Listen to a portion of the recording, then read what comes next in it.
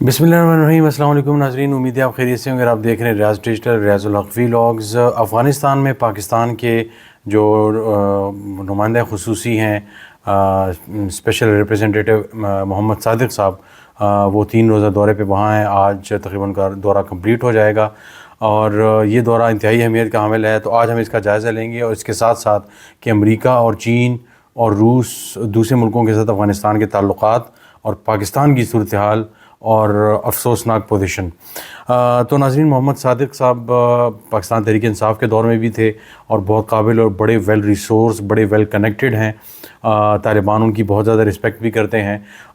जब तालिबान नहीं थे तब भी जो है वो इनके साथ इनकी मुलाकातें होती रहती थी और एक बड़ा ऐसा रिश्ता है कि जिसको तालिबान भी बहुत रिस्पेक्ट करते हैं और पाकिस्तानी इदारे, पाकिस्तान में हुकूमत में उनको बड़ा रिस्पेक्ट की नज़र से देखा जाता है। बहरहाल तकरीबन तीसरा दिन है आज मोहम्मद सादिक साहब अफ़गानिस्तान पहुँचे हैं और अफ़गानिस्तान के साथ पिछले कुछ अर्से से जो मामलात हमारे ख़राब हुए, ख़ास तौर से जो बॉर्डर के एरिया चमन वगैरह और ख़ास तौर से जो तुरखम का एरिया 25-26 दिन तुरखम जो है वो बॉर्डर पे ट्रेड बंद रही, जिस पे ताज़ा फल से लेकर बहुत सी चीज़ें यहाँ से वहाँ, वहाँ से यहाँ जो आती हैं वो बंद रहीं और बहुत ज़्यादा एक मसला रहता है। तो बहरहाल इन तमाम सिलसिलों पर बात हुई। पाकिस्तान के अंदर जो बनू का अटैक हुआ और उसके बाद और कुछ इस तरह के अटैक्स और बहुत सी चीज़ें हो रही हैं, इस तरह के पाकिस्तान के गिले थे कि अफ़गानिस्तान उसमें इन्वॉल्व है। तो इन तमाम चीज़ों को लेकर जो है वो बातचीत हुई और अफ़गान फॉरेन मिनिस्टर ने ये कहा कि जो हमारे डिस्प्यूट हैं वो तो चलते ही रहेंगे, लेकिन जो बॉर्डर ट्रेड है उसको इस पर डिस्टर्ब नहीं होना चाहिए। और ये एग्जैक्टली बड़ा एक इंटरनेशनल स्टाइल का एक जो है एक फार्मूला है। चीन और इंडिया के बहुत से मामलात रहे, लेकिन तिजारती जो एक एंगेजमेंट है वो अपनी सतह पे चलती रहती है। अक्साई चीन में कुछ हो रहा है, तिब्बत की सतह पे कुछ हो रहा है, और जगहों पे कुछ हो रहा है, इससे ज़्यादा जो है वो बहुत ज़्यादा कुछ नहीं होता। हिमाचल प्रदेश और इन जगहों पे मसाइल जो है वो देखने सुनने को मिलते हैं, लेकिन उनके ताल्लुकात पे वो चीज़ें असरअंदाज नहीं होती।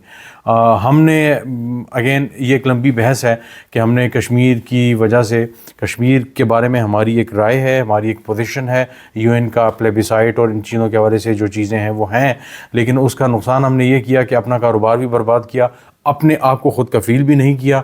और दूसरा, हम यूक्रेन से मुख्तलिफ़ जगहों से चीज़ें मंगा रहे होते हैं, लेकिन हम इंडिया से नहीं मंगा सकते कि जी इंडिया के साथ हमारा ये मामला है, वो मामला है, छुप छुप के मंगा रहे हैं। अभी कुछ अर्से पहले 50,000 टन चीनी हमने जो है वो इंडिया से मंगाई और दवाइयाँ वगैरह आती रहती हैं। तो बहरहाल अफ़गानिस्तान के साथ जो मामलात हैं वो अब पाकिस्तान फ़िक्स करने की कोशिश कर रहा है।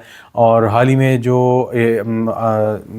जो ऑल पार्टीज़ कॉन्फ्रेंस तो हम नहीं कहेंगे, जो नेशनल पार्लियामेंट्री कमेटी और नेशनल सिक्योरिटी जो थी उसको जब ब्रीफ़ किया गया, उसमें काफ़ी ज़ाहिर है रिप्रेजेंटेटिव से कुछ अपोजिशन के मौलाना फजल रहमान वगैरह, लेकिन ओवरऑल बाकी सारे हुकूमती के अरकान थे। तो वो तो एक तो ज़ाहिर है मैं पहले इस पर कह चुका हूँ कि वन साइड रिप्रेजेंटेशन थी और हम ये कर रहे हैं, हम ये कर रहे हैं और हम ये करने जा रहे हैं।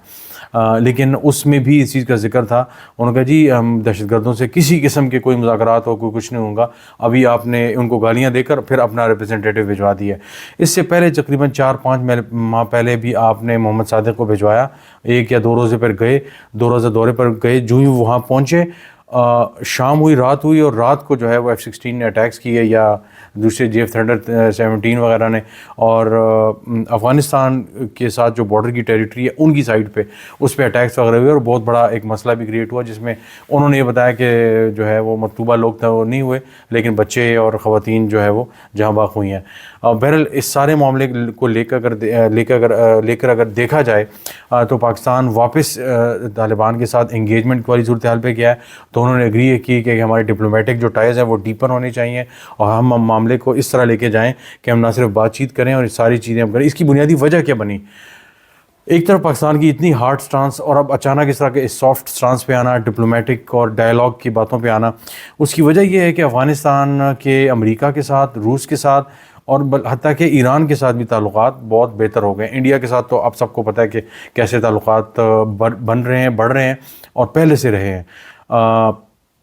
ابھی حال ہی میں ایک 2 سال سے پاکستان طالبان کی قید میں ایک امریکی تھے، وہ رہا ہوئے، زلمہ خلیزاد ان کے ساتھ آئے، وہاں کابل آئے اور ان کو 2 سال بعد رہا کر دیا گیا.